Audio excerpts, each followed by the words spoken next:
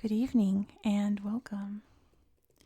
Tonight we will be going over the history and geography of Betsiboka in Madagascar.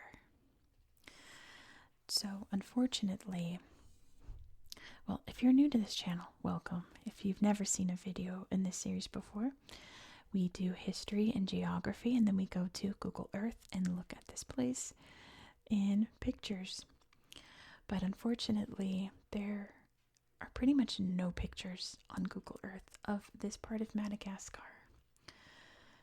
So instead of having a full tablet section, I'm just going to throw in clips that I filmed with Google Earth interspersed throughout the video, along with the only slideshow in this area. So Betsiboka, you can see, is in the central region of Madagascar. It is named after the Betsiboka River, which you can see right here, flowing up this way. Also very important is the Ikopa River, right here, Ikopa River, which flows through the capital of Madagascar.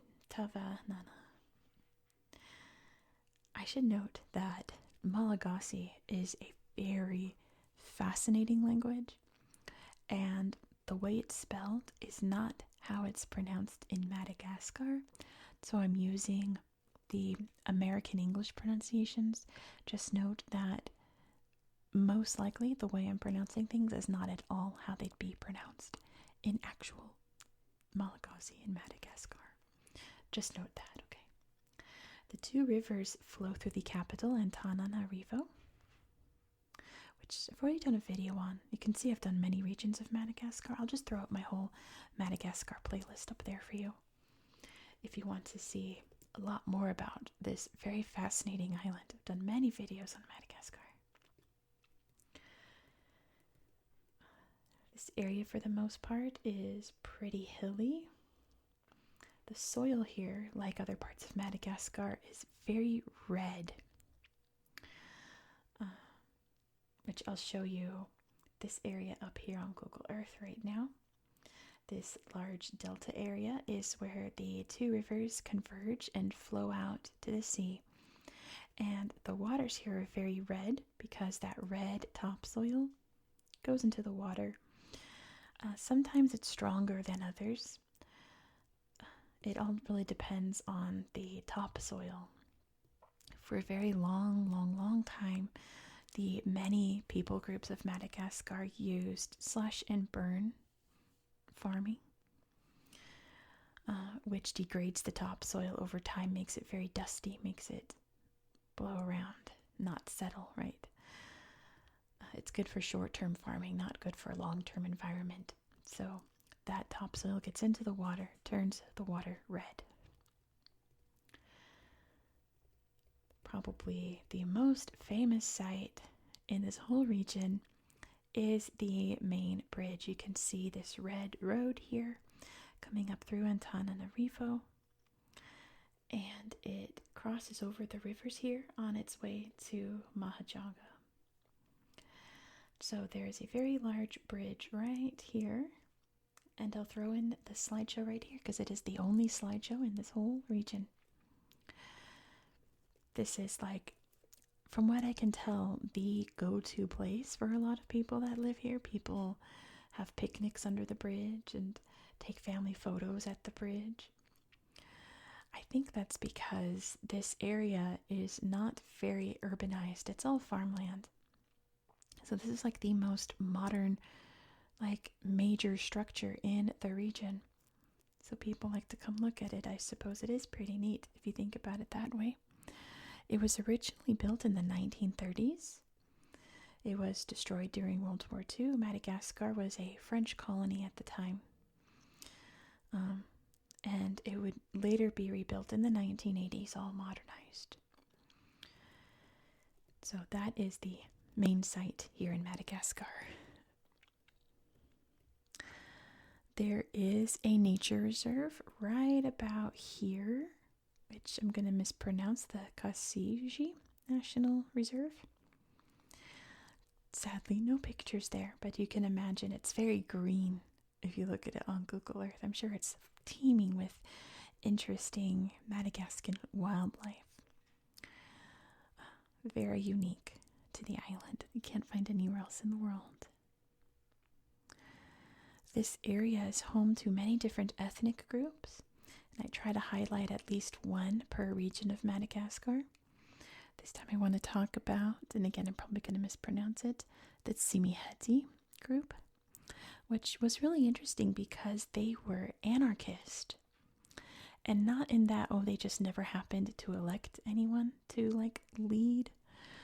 They were vehemently opposed to electing someone to lead. They were very against it. There is no formal leadership, no, like, rituals around any kind of leadership position. It was completely anarchist. And it didn't change until 1823. Which was when the Marina group conquered the entire island of Madagascar, bringing it under its control. So they forced these people to, follow the king. At that time was Radama the First. And, they've been compliant ever since. They're not anarchist anymore from what I can tell, but very interesting that was their very firm cultural belief for a very long time. Some other little things that I found in this area is that there is an extensive gold mining operation, mainly around the major cities here. And also some interesting dinosaur fossils have been found in some of the hillsides here. And that's pretty much all that I've got for you. There is a shocking lack of information about this place, but it is mostly just farmland, just people living their lives. Nothing too eventful, nothing too extreme, and there's nothing wrong with that. That's actually quite wonderful. If only more places could claim that, that it's just a sleepy little quiet place, nothing too extreme. So in situations like this where I don't have a lot to tell you and I don't have anything to show you on Google Earth, I just bring in a related trigger sound for you, and the rest of the video will be sounds for you to enjoy. So the main crop in this area, like most of Madagascar, is rice. So I went to the pantry and I grabbed for you this bag of rice. Now it is basmati rice, my favorite. I don't know what kind of rice they grow in Madagascar. Maybe they grow a bunch of different types.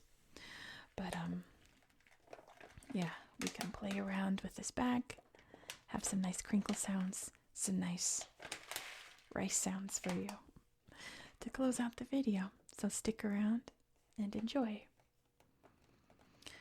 So thank you so much for watching. If you enjoyed this style of content, please consider subscribing.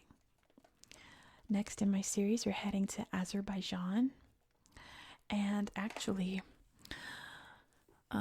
Azerbaijan's a little special on my channel because I made this list of regions back in 2020, like very early 2021. In 2021, Azerbaijan changed its entire administrative division makeup.